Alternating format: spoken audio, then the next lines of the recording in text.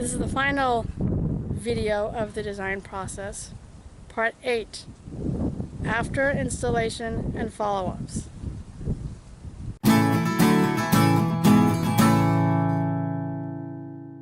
So the garden's been installed. Everything's been done, the contractor's done his thing, and he's moved on to the next project. What happens then?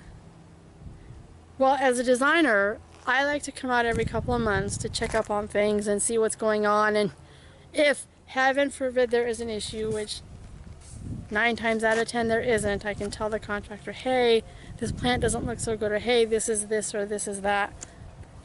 And I can take photographs of the progression of the garden and kind of talk about, okay, well, now that the design has been installed and everything's done, this is what you do for watering, this is what you do for mowing, which if you don't have lawn isn't necessary, or what you do for fertilizing and whatnot.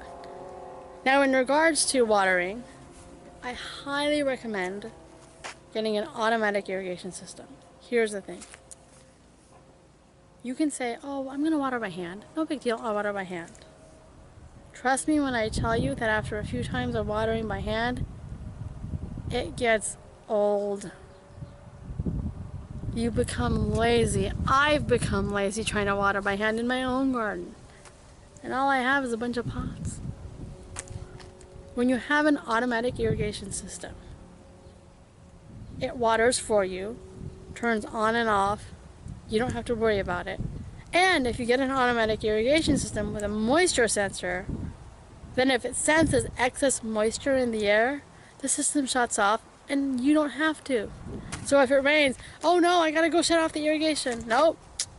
It's automatically done for you, baby. And that's the beauty of it. And the cool part is it's watering for you. You don't have to be out there sacrificing precious time with your family. Now, in terms of the actual watering, if you're using California native plants, typically the best thing to do is water twice a week for 10 minutes at a time. Deep soak. Let the water deep soak into your landscape. Now, if you've got edible plants, you might water a bit more often.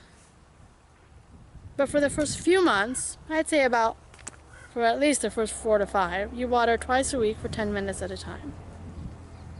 And then depending on your season and depending on how your garden's growing, you might water less, taper it down to once a week, and maybe eventually you'll be able to taper it down to once every 2 weeks or even once a month. But slowly and gradually you taper down the watering as needed. Now, maintaining and fertilizing your garden are also important. Typically in the first 6 months to a year, you don't want to maintain your garden. Let it grow, let it do what it's going to do, and see how it progresses.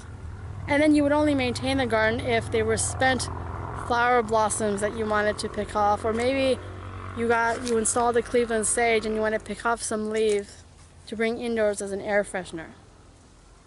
But typically for the first year, you want to kind of leave your garden as is and let it do its thing. And the only time in that year that you would really want to maintain it is if there was a very specific need. Otherwise, you really don't have to, and that's the point of why you put in a drought-tolerant landscape.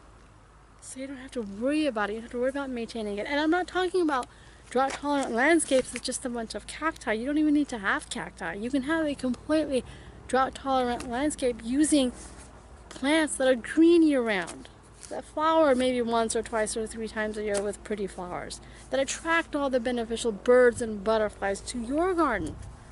You want these birds and butterflies to come party at your house, not your neighbors. Shit, your house. Now, in terms of fertilizing the garden, you really don't need to. If you're using California native plants, you shouldn't have to, because the California native plants that are native to this area, native to the state, are already acclimated to the soil. But if your garden soil is just so horribly bad and you need to add just a little bit, you could probably add some organic soil conditioners or whatnot. And there's different companies. There's Authentic Haven Brand Manure Tea, there's Tri-C Organics, there's Grow Power, there's all kinds of different fertilizers that you can use if you absolutely have to, but typically you could probably get away with not needing to.